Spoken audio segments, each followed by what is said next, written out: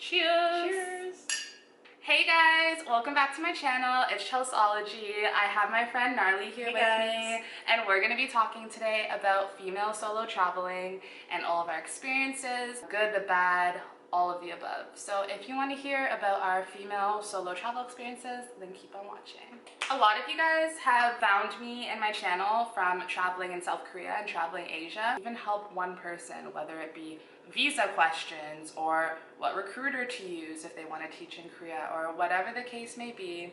I'm your girl, and I definitely want to surround myself with people that also love to travel, like my girl Gnarly. How I met you was I was following, like I told you, that girl, I think her name's like Vagabond, and she's a vlogger from Thailand. Yeah. Maybe you like engaged in her. Okay, yeah, I know of her, yeah. On her photos or something, whatever, and I came across you. I was like, oh, she's Canadian, like, and she black. I was in Korea at the time. I think you were in like, I don't know where you were. I don't know where I was. On a beach somewhere. I wanted to be your friend. Oh, that's hilarious. And then we followed each other. Yeah, that's crazy. I felt we met another way, but. No. And then I saw you at the Budweiser commercial. Was that our first? Oh, yeah! And I was like, hey, like, I follow you on Instagram. God, I remember that now. Instagram is like, it's just a playground. Then we became friends, and she definitely holds the same values as me in travel. So where was your first trip abroad, or where's the first place that you traveled? Yeah, so my travel story starts off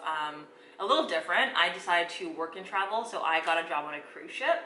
I took a six-month contract on the one of those Royal Caribbean cruises, and I was selling jewelry, and yeah, that was my first time leaving Canada in like a major way, and I just decided, you know, I needed a really big change. I was going through a breakup, the classic, I gotta leave kind of story. Oh, yeah. I find that's a common theme. It's a common theme. At least with a lot of females that solo travel, it's either like a failed relationship or a tarnished ego that makes you want to, I don't like to say escape, but like... No, for sure. It was definitely a feeling of like, I need a big change, and I need to like see something different. And my best friend's sister at the time, growing up, she had this like huge map of the world, and she had all these pins in it, and she actually worked on cruise ships for 10 years as a makeup artist, and she found the love of her life on it, and like she just loved cruising, and she did for 10 years. And like when I was going through that hard time, I was like, Tashi, like, how do I get on cruise ships? I really want to just go. And she's like, oh, here you go, and applied online, had an interview, and that was that. So that experience was just super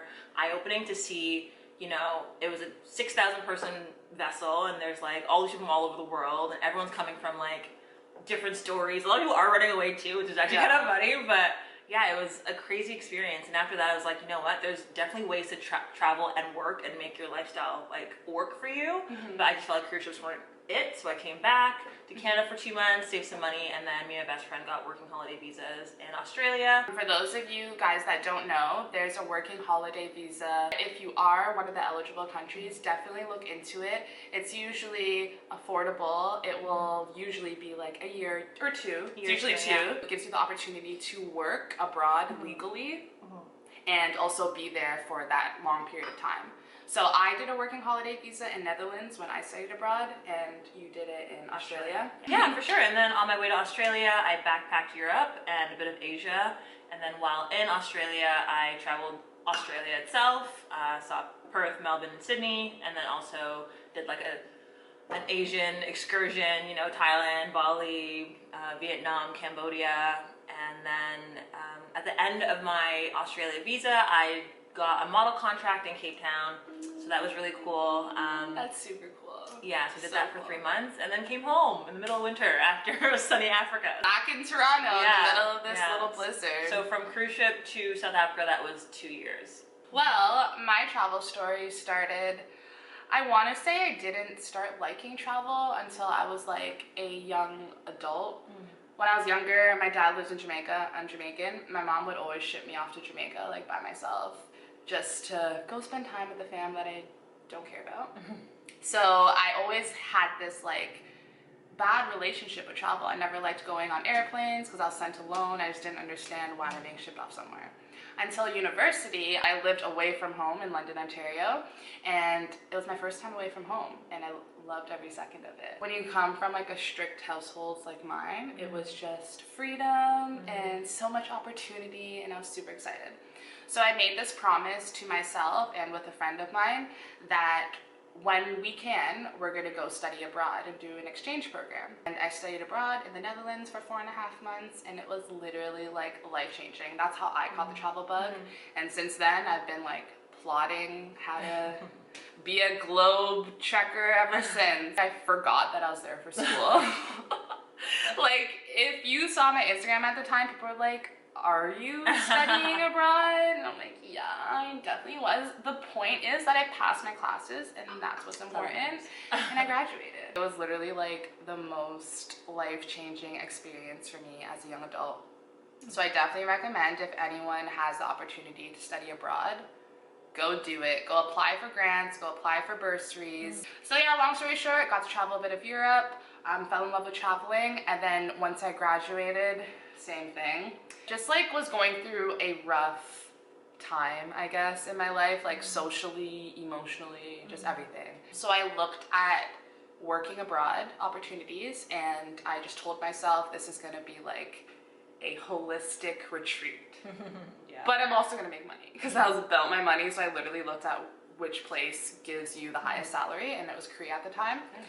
And then I was in Asia, traveled around, as you guys saw, you saw my Korea videos, and literally fell in love with Asia. That's kind of my travel story. So I lived abroad in Netherlands, in South Korea. I'm back here in Toronto, and I'm actually moving this weekend across the country to Vancouver. So that should be a great new adventure, and we should see what happens. I'm actually going away this weekend too. Yeah, where are you going? To Turks and Caicos for a little Amazing. 3-night vacay in the Caribbean. Caribbean's also amazing prices as well. Not like too cheap, but definitely a good time. Now we're going to talk a little bit about female traveling and like solo traveling, because I don't know about you, but sometimes depending on where I am in the situation, I definitely have not come into danger, but like been in situations that could be dangerous. In South Korea, I chose not to get a mobile phone and not to get a plan. Really? So I did not have a phone for the entire year that I was there. And one thing I'm gonna say, I know you're looking at me like I'm fucking crazy. I'm crazy. I just felt better because I wasn't, when I was out, like I wasn't always like scrolling on social media and stuff. Like if I'm out on the subway, I was going to my destination and I was thinking, I was reading, I was going through my photos or like something like that. Like I just wasn't connected. It definitely was a safety issue, because there'd be times that I go out and I'm sorry, it might happen to you. You get blackout drunk. That's the literal worst situation when you're female. When you're a female and you're solo traveling, of course you want to go out to the bar and like meet people. And that's something I did so often. I would like go to the bar by myself to meet people, and the next thing you know, it's the next day. You need to be careful. At least tell someone where you are at all times, and like, even if there's no one in the country you are, and if it's your best friend back home or your sister, just send them a message saying this is where I am, because there's so many horror stories of like females getting in trouble, you know, getting hurt. But yeah, so I just want to talk a little bit about like safety tips, or like any things that we can do to avoid danger when we travel. The thing that stuck out was when I went to South Africa. When I got off the plane going through customs, they obviously noticed that I was by myself, and they pulled me aside to talk about human trafficking and stuff like that. And like, really? Yeah, like they're like, are you by yourself? And I'm like, yeah. And they're like, okay, we gotta tell you a few things about, you know, human trafficking, because that's a real thing that occurs, right? Things to look out for, getting in a taxi even, you know, like that was something that I was like, oh crap, like, and specifically Cape Town isn't the safest place, right? Even as a black woman in Africa, I was still kind of like a little on guard. And then one time I was in Australia, and like the streetcar that I was on almost got in an accident, and I was like, oh my god, like if I passed away or if I died, like it'd take a whole week for people on the other side to even know. I know, that's so and it's scary. So yeah, so it's one of those things where like you want to actually make friends quicker, so you have an emergency contact. You know, you want to actually like create an environment where you feel safe and people know that you are there. You know, like if you're solo traveling, don't just like experience it on your own. Like you definitely want to make connections just for that fact alone. You have to be a social person when you're solo traveling, like just for the sake of getting around, being safe, and yeah, like you have to socialize, and don't be afraid to like if you're feeling the solo travel blues, to like reach out or go to like, you know, you can't be in your head when you're solo traveling, I find. Yeah. Even though it is sometimes anxiety inducing, you still have to like push through it and go like try to connect. And it takes a specific type of person to even want to solo travel. Yeah. You have to be very, very confident in yourself and your abilities, because when you solo travel, you can only count on yourself. Like literally you can only count on yourself. There's no one that will have your back other than you. If you get sick, go to a local market, eat something, get sick and get food poisoning. Who's going to take care of you back at your hostel? Yourself, you know? Yeah. Like you just have to be confident in your ability to have fun by yourself, to be able to navigate the place by yourself.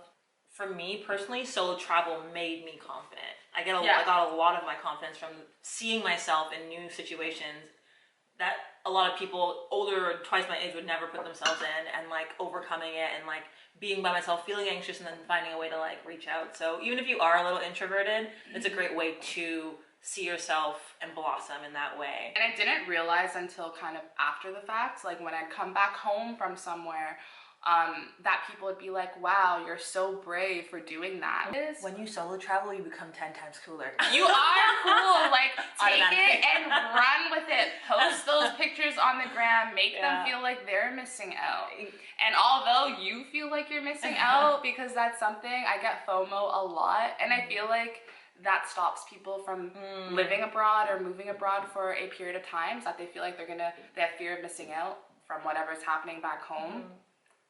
The life back home, 9 times out of 10, is very mundane. And it's what you're used to. Exactly. You grew up in that environment, you deserve to make a change, and you deserve to live the best life you can. So why not give yourself that chance and opportunity? But when I got back, I felt like leaving, felt like I pressed pause on my life here, and then like went and had this fun, and then like came back and just like hit resume. Like nothing really changes, but you end up changing. So. Well, let's do another little like top up, because I feel like something. So let me start with you. Okay. It's the Korean way. Is it? Pour for others first. Okay, I know that. Can't be a selfish little bitch. Black in Definitely a Australia thing. is an experience, though. So in Canada, 30% of our population is colored, right? Like, no, you won't say colored, but black or biracial. But in Australia, it's 5%, right? So for me, I was definitely very aware that even, cause like I grew up in a suburb, so I was usually always the only black person anyway. But in Australia, when I saw a black person, I was like, hey, like, oh, still surviving. We out here, gang, gang. I didn't experience any racism. I experienced small-mindedness, like someone randomly asked me if I'm from Zimbabwe just from looking at me. This one time I walked out of this grocery store and I had like a bag full of groceries, and I bumped into this like homeless lady, and she was like, I guess startled by me for some reason, and she just started like screaming in my face. I'm like, seriously? Yeah, like, she was just like, black something. I don't know what she said, but it was just like, I was so like, what? And those were the only 2 times I was like, what? Australia's fucking weird. I didn't experience overt racism. I had a lot of racism in Asia, in Vietnam and in Thailand. Really?